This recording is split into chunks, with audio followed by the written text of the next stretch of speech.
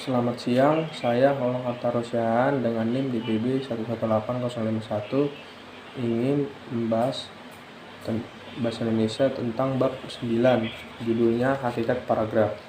Di sini saya sudah menyiapkan beberapa pembahasan, yaitu pengertian paragraf adalah di dalam sebuah tulisan atau karangan biasanya terdapat bagian yang agak menjorok atau ke dalam. Bagian yang secara fisik sudah tampak dengan nyata karena adanya tanda menjorok itu disebut paragraf. Dengan kata lain, batas-batas paragraf ini ditandai dengan indensi atau dimulai pada huruf kesekian dari margin kanan. Margin kiri. Dan untuk memahaminya, paragraf dengan baik, kita perlu mengetahui batas-batasan paragraf. Paragraf merupakan inti penuangan buah pikiran dalam sebuah karangan dan didukung oleh himpunan kalimat yang saling berhubungan untuk membentuk sebuah paragraf. Terus selanjutnya yaitu gagasan utama dan kalimat topik. Dalam sebuah paragraf, inti permasalahan terdapat pada topik utama atau pikiran utama. Semua pembicaraan dalam paragraf terpusat pada pikiran utama yang disebut gagasan pokok atau gagasan utama atau ide pokok yang dikemas dalam sebuah kalimat topik.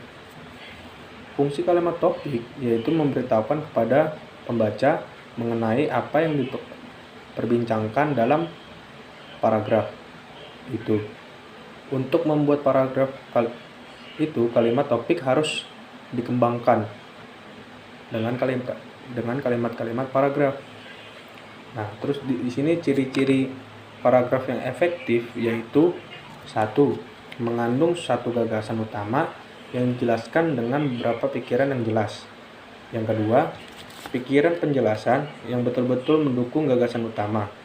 Dan yang ketiga, gagasan utama dan penjelasan yang dikemas dalam kalimat yang lugas dan efektif.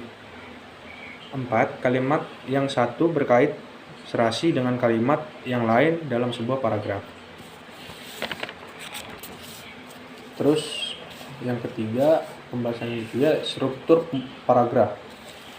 Nah, paragraf yang baik adalah pengembangan paragraf seperti yang telah diuraikan pada bagian sebelumnya. Tentu saja disesuaikan dengan maksud atau tujuan penulisan itu.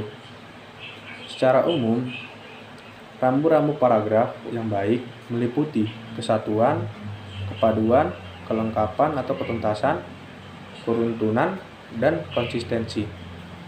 Nah, terus ini paragraf yang baik ini dibagi menjadi 2. Yang pertama, kesatuan paragraf. Sebuah paragraf dikatakan memiliki kesatuan.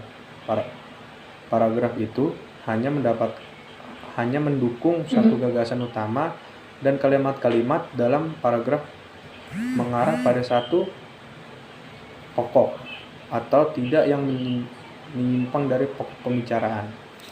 Yang kedua, kepaduan paragraf. Sebuah paragraf dikatakan memiliki kepaduan jika terdapat keserasian hubungan antara kalimat dalam paragraf. Nah, terus kepaduan paragraf ini dibagi menjadi 2 juga, yaitu kata transisi atau ungkapan penghubung antar kalimat yang merupakan penghubung atau konjungtor dari perangkaian yang digunakan untuk menghubung unsur-unsur dalam sebuah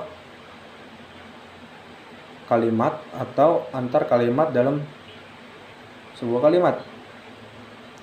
Yang kedua adalah referensi. Referensi atau pengacuan merupakan hubungan antara referen dengan lambang yang dipakai.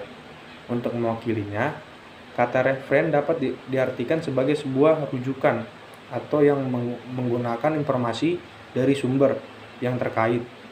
Referensi dibagi menjadi 2, yaitu expository dan expository. Sekian pembahasan saya yang saya jelaskan. Terima kasih. Selamat siang.